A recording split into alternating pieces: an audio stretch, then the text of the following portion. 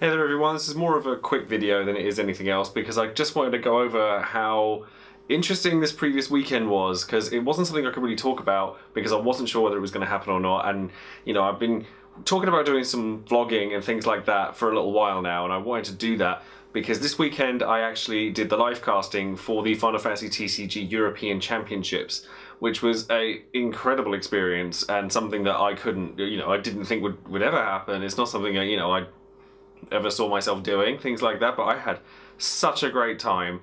And there's some little clips here from the day that I recorded on my phone, because the live vlogging or the video logging thing is quite new to me and it's not something I know much about. But this, I got up really early on Saturday morning. It must have been about 5:30 in the morning just to get ready, and because I was excited and I want to make sure I get there on time. And and then I got on the train, and here you go, you can see exactly how I was that first thing in the morning on a Saturday.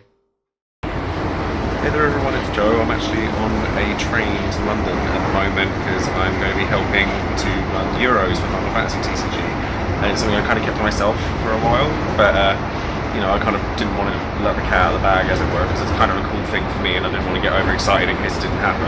But it's actually also my partner's birthday today, so happy birthday, Adam, and thank you for not killing me for just going out and doing something else.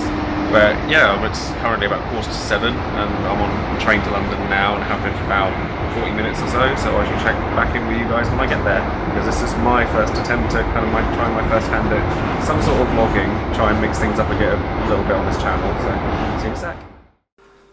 So trying to get to the Square Enix building wasn't the easiest thing in the world, because the tube trains, the underground in London, were a little bit on the skew whiff, because it was it was a weekend and there's often closures on the London Underground, and it can sometimes be a bit of a pain. So I was kind of dashing around trying to find my way through all these different kind of tube stations to try and get to the office, so I'll make sure I get there on time and because I'm a very, very professionally minded person, and I want to be at any given point, I want to be there on time, ready to go, do my thing, and that is what I wanted to do. But I did get a quick, a couple of seconds even, just to, check in with people and try and get something going. Okay, so we're just walking down Blackfriars Bridge now to get to the offices and stuff, and yeah, it took a long while to get here, but I'm here now. I think it'll be interesting to see what kind of comes out of the Euros and stuff. Like, I'm seeing a lot of water and a lot of maybe lightning turning up, but hopefully it'll be really nice and wide open, so we'll have to wait and see. Now, I didn't get an awful lot of time in the actual event itself to pull out my phone and start recording myself, because it was manic. We had 26 players in the European Championship, which were obviously the best of the best. All of these guys had, qualified through their national tournaments, or they'd gone through regionals to get to their national tournaments, and it was crazy. And all these guys were really, really lovely. Like, some of them I'd met before through various tournaments in London and things like that. Like, I'd spoken to a couple of them at the UK national event. Alex Hancock's is actually who's a very, very accomplished player, and as you can see from the results from the tournament itself, which I will make sure I'm sure you'll see on Square Enix's official website soon enough, and I'll leave a link in the description box to the video, the live stream, the recording, so you can see both how I did as a live caster and the results of the tournament itself, and you'll see how people like Alex performed. He's a very accomplished player, and it was nice to see him again. It was nice to see a lot of people again. But one of the things that really struck with me is that for the first time there were people coming up to me from other countries and saying, oh, we really, really like what you do, and we really want you to keep going, and stuff like that. And stuff like that is so encouraging. It's really amazing to have stuff like that happen. To think that even if it's the smallest impact on anybody, to know that you can reach that kind of distance is incredible. But going back to the tournament, we did have like a short player briefing beforehand, and you can see that right here.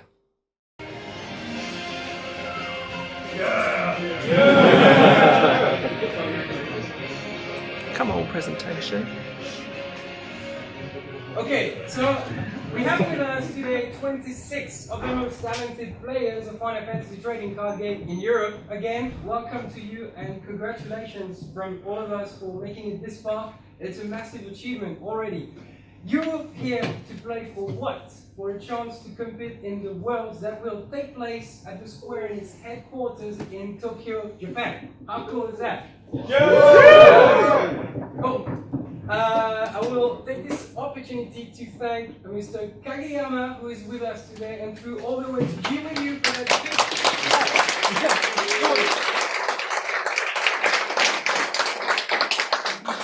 and Mr. Nakabayashi as well.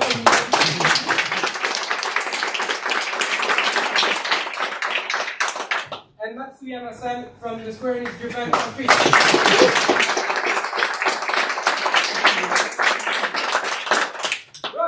So there's quite a lot at stake today, but if you think we're going to send you to Japan just to play cards, you are wrong.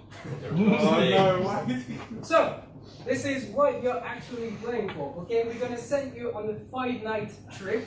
There will be the tournament, of course, but you will also go on sightseeing to check some staples in Tokyo. This is the Square Enix headquarters, by the way. And you'll see some other cool stuff, such as the Asakusa Temple, and plenty of other things. There will be a river cruise. You'll have a very nice time here, okay? So I hope you're really gonna fight for that, okay? So as the tournament progressed, I mean, the room that we were in was really, really warm, and the other caster who was present was Ross Graham, who is actually quite a good friend of mine, and I had no idea that he was going to be the other caster, and he's somebody that I used to play UFS with an awful lot back in the day, and it was a really, really nice surprise to see him.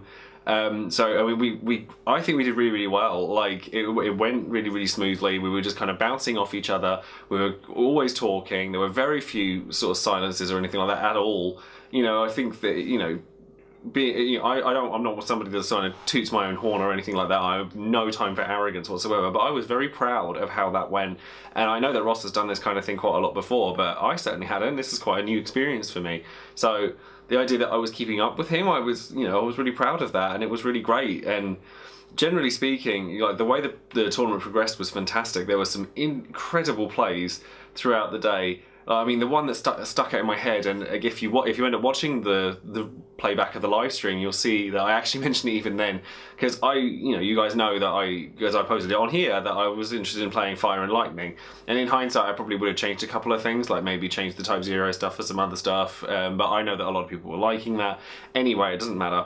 But there was a play where a Bahamut was played to try and kill a Divider Gilgamesh, and who can power himself up at the cost of 2 lightning CP if he wants to, and I would say the Etienne, who was a Fire and Lightning player, boosted his Gilgamesh by discarding his entire hand in order to keep him alive, which is so risky, but it ended up winning him the game, and it was just, it was really good. And I haven't been that excited by a card game, certainly not watching it, in a very long time. And then and from that, the momentum just picked up. I think it was like round 2 that happened, and it was just, the momentum just kept picking up, and it was so much fun, and getting to talk to all these people was great.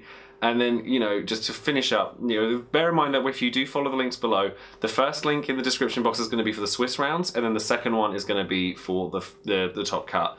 So there's lots to watch. There's plenty in there, and it's all very entertaining. I did say, if you check the clip I played back earlier, I thought that I was going to see a lot of like mono water and a lot of a lot of different decks, because obviously having looked at the US Nats meta and some of the Japanese meta, it was very curious to see that the European one is so vastly different from what gets played over there. It's very aggressive over here. Like, it is all about just getting guys down and smacking your opponent's head in as absolutely fast as possible. But it works, obviously. So these guys are in the European Championships and I'm not. But hey, maybe next year, I'll actually have the time to be able to play a bit more soon. And things are very changing a lot in my life in the next couple of weeks. So it'll be nice to try and have the time to be able to kind of spend time making videos and kind of traveling to tournaments and getting back to playing games, and not necessarily just Final Fantasy, but things like, my fighting games. I really miss my fighting games. I'm so excited for Dissidia NT. I really hope to enter a competitive circuit for that if there is one, but we'll have to see how that goes. But as for yesterday in general, it was just an incredible experience. And we were able to spoil some cards from Opus 4 on there, which is something I haven't done before. We were able to kind of bring new information, and we were just able to kind of really connect and see what was happening and going on. So, I mean, I'll probably, get like some of the guys who were in the tournament, Tobi, who won the event in the end, absolutely delightful man. You know, I have all the time in the world for him. He's very, very sweet. You know, he actually made a joke because he turned around to me and he said, "Oh, I was in one of your live streams once, and I remember you said that Balthier was really bad." And he said, "I'm going to win." And he told me, he said, "Oh, I'm going to go to a European Champions. I'm going to win this tournament, and then I'm going to go to Joe and say that Balthier is really good." And you know, he's right, Balthier is really good, and I get these things wrong quite a lot, but I'm happy to be wrong. I love seeing all these diversities and seeing all these people playing all these different things. And the weird thing is that Tobi didn't actually play Balthier in his deck, so I don't know how that happened. But it was just a really, really fantastic experience. And like I said, this is just a short video, but I'm going to leave you now with kind of the closing statements, and it does actually have the spoilers that we made for Opus 4 on the end of this video, so you could kind of treat this as my card of the week video if you'd really like to. But you know, thank you ever so much to Square for asking me to do this. It was such a great experience, and I really hope that I get to do more things like it. Congratulations to Tobi and Alex and all of the other players that qualified to go to Japan, and all of the players that were there. They were all such lovely people, and you know, the reason I've latched onto this game is because it's community driven.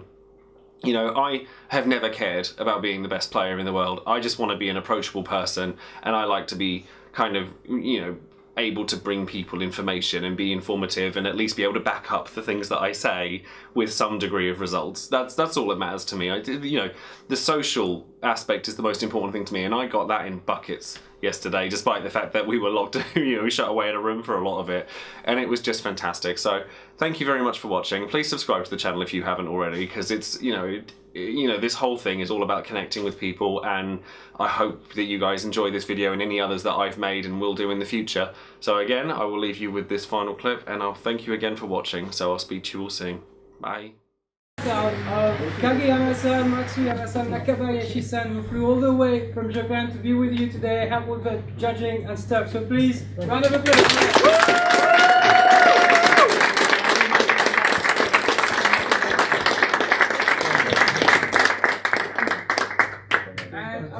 Also, a huge round of applause because they went through a marathon of comments. I don't know how they can manage that. Big shout out to Ross and Joe Hill, who've been handling the stream.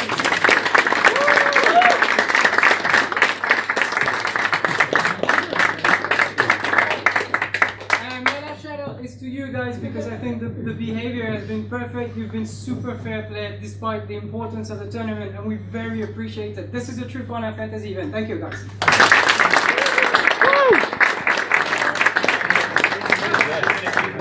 I've got a couple of good news for you. The first two are that we have books and pizza. That would be interesting. That's well done. As some of you know, during the streams we also showed a couple of Opus 4 spoilers, so I would like to show them to you like properly. Here's the first one. Alright. We'll be posting them on Facebook if you want to read them. The second one is ready? Super broken. Super broken. Woo! This is the fourth one. A lot of them.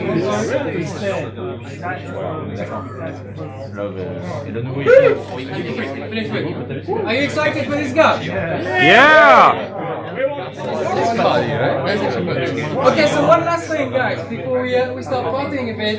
As you know, Opus 4 will be released on 1st of December of this year, and there will be a pre-release that you do know with a special promo cloud here, wonderful. And that will be on the weekend of 25th and 26th. But what you don't know, guys, and that is for Europe only, is that you will also have a pre-release kit.